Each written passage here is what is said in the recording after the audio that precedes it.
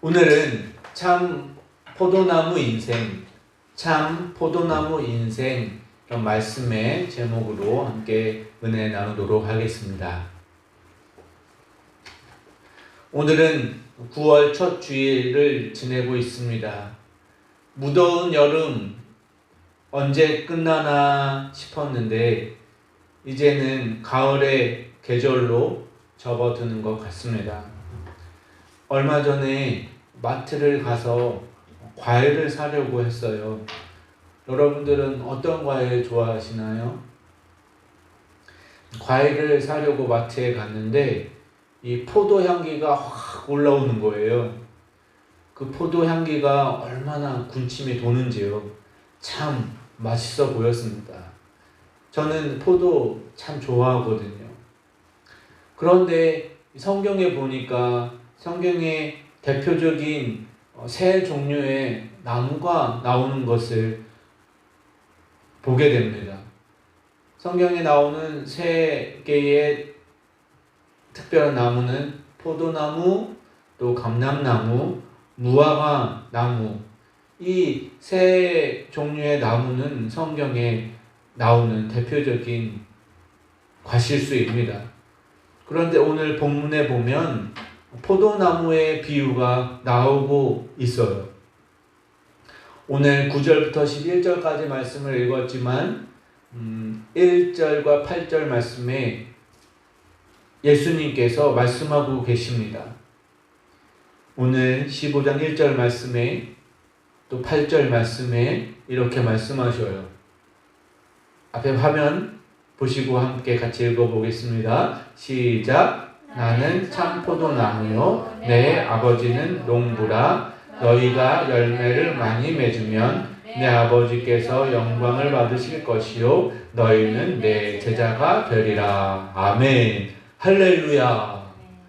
주님이 참 포도나무요 내 아버지는 농부라 라고 말씀하시면서 8절에 뭐라고 결론을 맺고 계십니까? 너희가 포도나무와 같이 열매를 많이 맺으면 내 제자가 되리라. 이렇게 축복하고 계십니다.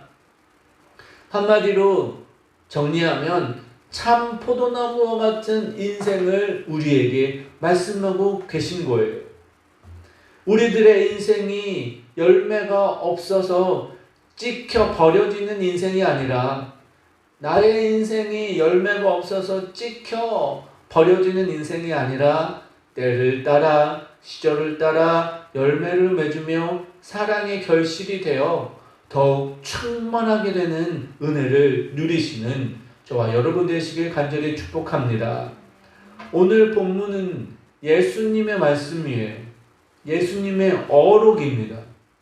특별히 이 15장 16장 이 말씀을 후로 하여서 예수님께서 십자가에 못 박히시는 장면이 나와요. 다시 말하면 예수님이 십자가에 못 박히시기 위하여 로마 군인들에게 체포를 당하시기 직전, 예수님이 끌려가시기 그 직전에 예수님이 제자들에게 말씀하시는 내용입니다. 그러니 더 간절한 마음으로 예수님은 제자들에게 말씀하시고 권면하고 계신 것이죠. 그렇다면 이 참 포도나무와 같은 인생, 참 포도나무와 같은 인생, 그 인생을 살기 위하여 우리는 어떻게 해야 할까? 말씀을 통하여 예수님은 우리들에게 세 가지 당부의 말씀을 하고 계십니다. 그 첫 번째는 예수님이 말씀하시길 오늘 9절 말씀에도 나오고 있어요. 나의 사랑 안에 거하라 라고 권면하고 계십니다. 같이 한번 하겠습니다. 나의 사랑 안에 거하라. 나의 사랑 안에 거하라. 여러분 사랑하며 살고 계시지요? 사랑을 말씀하시면서 그 결론 또한 사랑으로 결론 짓고 있어요. 사랑은 모든 것의 시작이면서 모든 것의 끝입니다. 사랑은 알파와 오메가이십니다. 그래서 하나님은 사랑이시니라 라고 말씀하고 있어요. 이 세상의 모든 관계는 사랑으로부터 시작하는 것이죠. 우리가 서로 사랑하는 것이 얼마나 중요한지 예수님은 십자가에 달려 돌아가시기 전에 마지막 설교를 우리에게 말씀하시면서 요한복음 13장에서 16장까지 읽어보면 사랑에 대한 말씀을 16번이나 반복하고 계세요. 16번이나 반복하여 사랑의 중요성을 강조하고 계십니다. 그 말씀 중에 13장 35절 말씀 같이 한번 읽어보겠습니다. 13장 35절 시작. 너희가 서로 사랑하면 이로써 모든 사람이 너희가 내 제자인 줄 알리라. 할렐루야. 이 말씀을 바꾸어 말하면 너희가 서로 사랑하지 아니하면 이 세상 사람들이 너희를 보고 예수의 제자라고 인정하지 않을 것이다 라고 이야기하십니다. 오늘날 우리에게 적용해 보면 이런 것이에요. 우리가 서로 사랑하지 아니하면 아무도 우리를 예수 닮은 제자라고 인정해 주지 않는다는 것이죠. 나 예수님 믿어요, 나 교회 다녀요 하고 떠들고 다녀도 세상 사람들이 그것만으로는 우리를 예수의 제자라고 인정하지 않는다는 것이에요. 세상 사람들은 우리가 서로 사랑할 때 우리를 예수의 제자로 인정해 주시는 것입니다. 사랑하라. 이 말을 우리가 교회 다니면서 얼마나 많이 듣습니까? 심심하면 나오는 단골 메뉴가 사랑하라는 말이에요. 그런데 오늘날 어디 그렇습니까? 이 세상 모든 고통의 절반은 사랑하지 않기 때문에 빚어지는 비극이 얼마나 많이 있습니까? 심지어 우리 가정의 상처, 또 내 내면에 있는 상처, 그리고 더 나아가서 우리 육신의 질병까지도 사랑하지 않기 때문에 스스로 자초한 경우가 태반인 것이에요. 그러므로 우리는 서로 사랑하는 것을 종교적인 문제를 떠나서 그것을 넘어서서 단순히 도덕적인 문제만으로도 보아서는 안 되고, 이것은 사회적인 문제요, 내 건강의 문제요, 내 행복의 문제요, 내 가정의 문제인 것을 우리가 직시하고, 무엇보다 가장 중요한 것이 사랑이다. 사랑을 회복할 수 있는 저와 여러분이 되시길 간절히 바랍니다. 이런 찬양이 있습니다. 주님 사랑해요, 주님 사랑해요. 이 찬양이 있는데 한번 불러보겠습니다.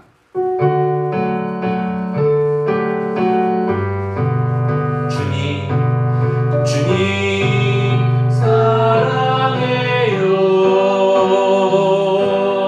주님 사랑해요.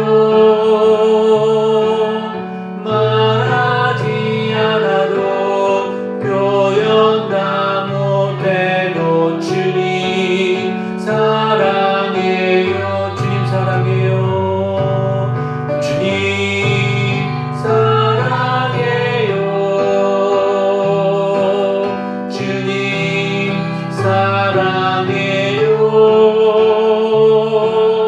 말하지 않아도 표현 다 못해도 주님 사랑해요. 아멘. 여러분, 주님 사랑하시지요? 주님을 사랑한다는 것이 얼마나 행복한 일입니까?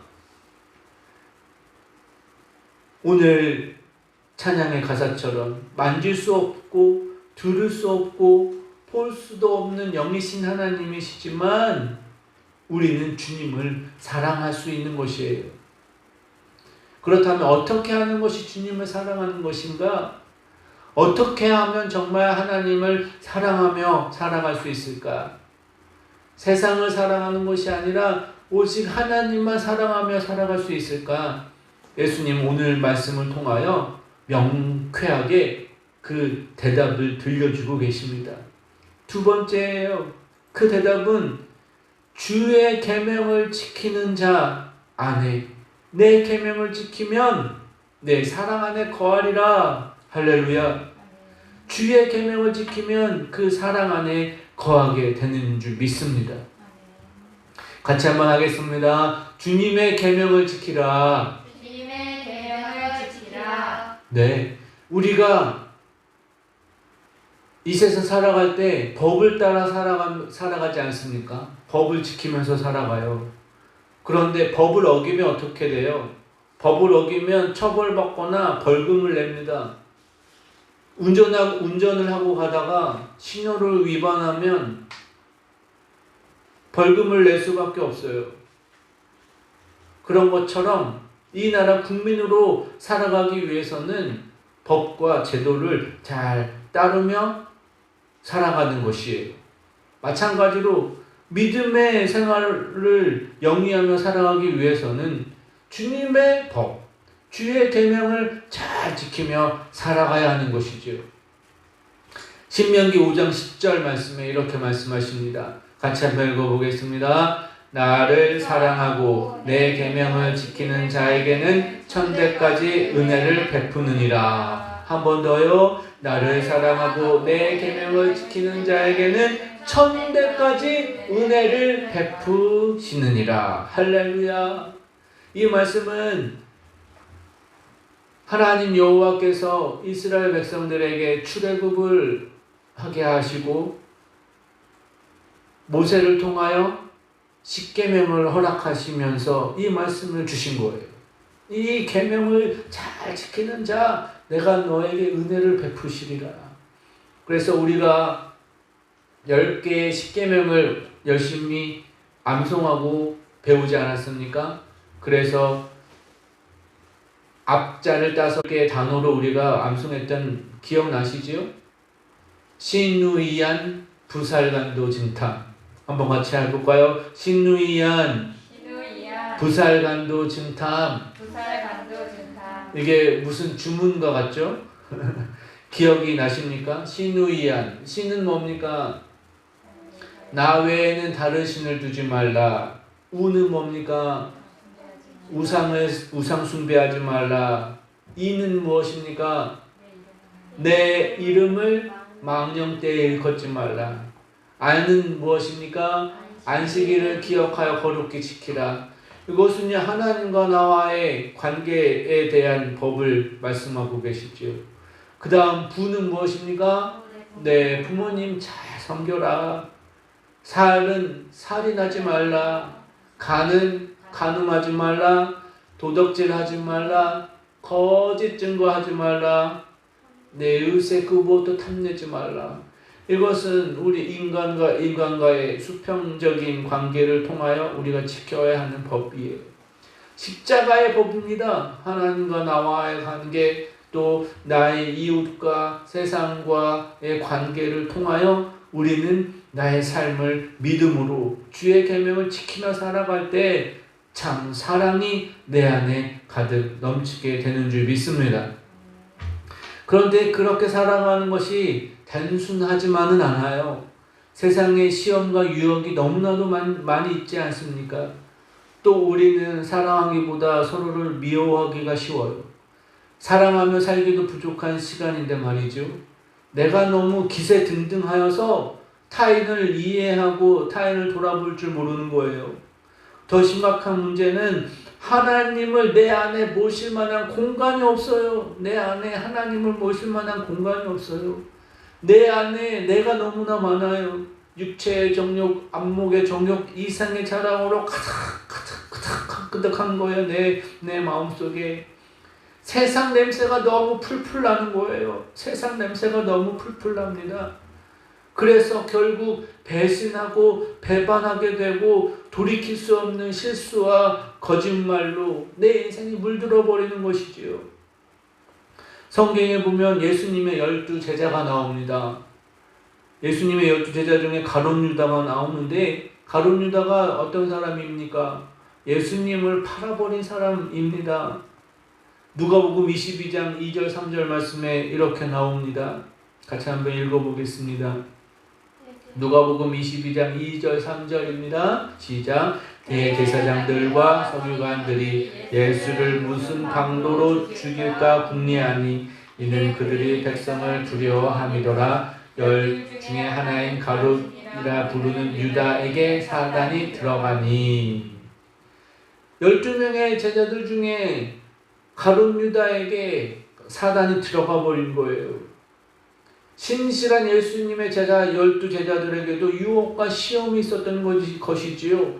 사탄, 마귀가 이렇게 유심히 보고서는 제일 약해 보이는, 제일 넘어지기 쉬워 보이는 사람을 찾아서 사단이 그를 장악해 버린 것이에요. 그것이 유다였습니다. 어떻게 보면 유다가 한 것이 아니라, 유다 인생이 그렇게 한 것이 아니라 유다 안에 들어가 버린 사단이 그렇게 만든 것이지요. 그러므로 우리는 이 말씀을 통하여 주님의 말씀대로 살지 않고 나약한 마음을 가질 때 사탄이가, 마귀가 나를 넘어뜨리고 나를 무너지게 한다는 것을 우리는 늘 깨어 기억하고 기도해야 할 줄 믿습니다. 우리들의 옛말에 호랑이 굴 속에 들어가도 뭐라고 합니까? 정신만 차리면 산다. 호랑이 굴 속에 들어가도 정신만 바짝 차리면 산다는 우리 옛말도 있지 않습니까?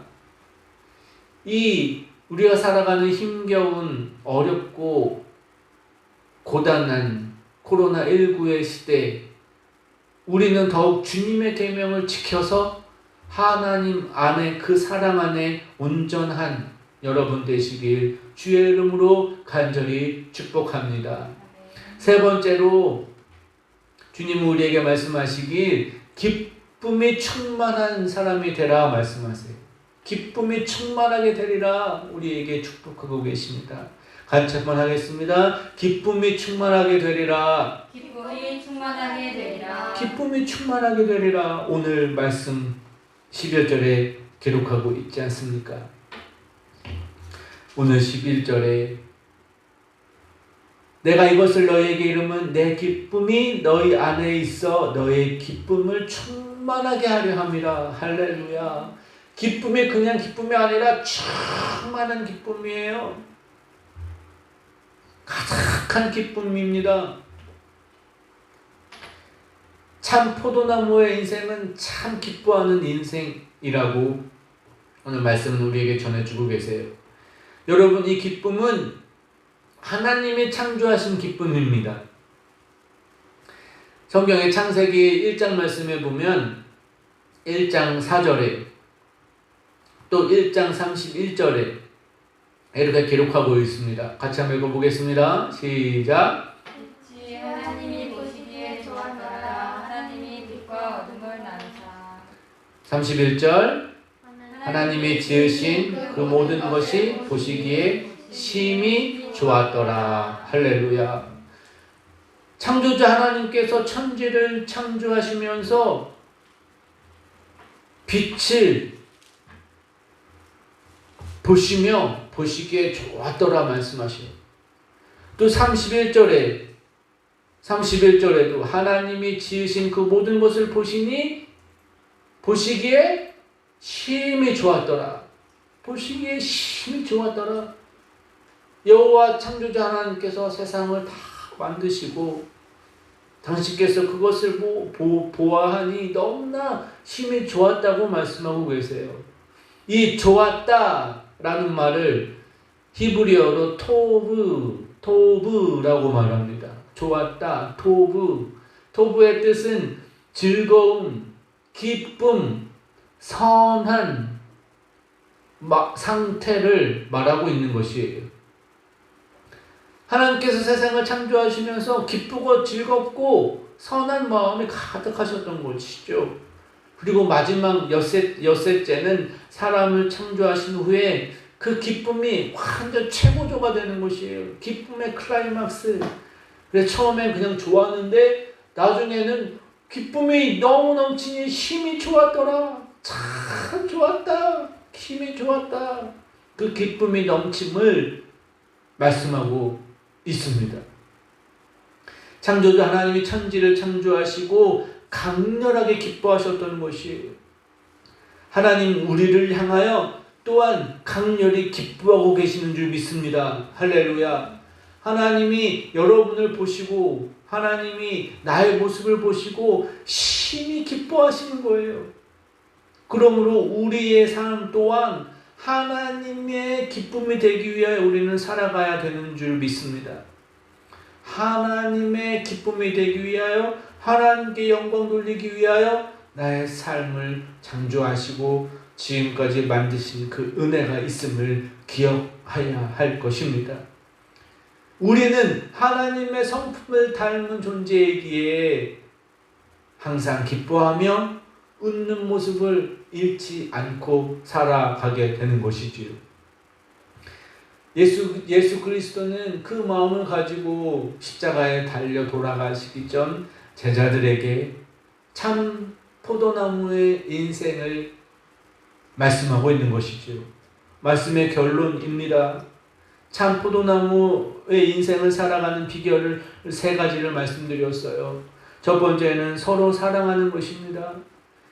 같이 한번 하겠습니다. 서로 사랑하는 것입니다. 서로 사랑하는 것입니다. 두 번째는 주의 계명을 지키는 것입니다. 주의 계명을 지키는 것입니다. 세 번째는 기쁨으로 충만하여 영광 돌리는 것입니다. 기쁨으로 충만하여 영광 돌리는 것입니다. 이 3가지를 마음속에 간직하며 참 포도나무의 인생을 살아가는 저와 여러분 되시길 간절히 축복합니다. 기도하겠습니다.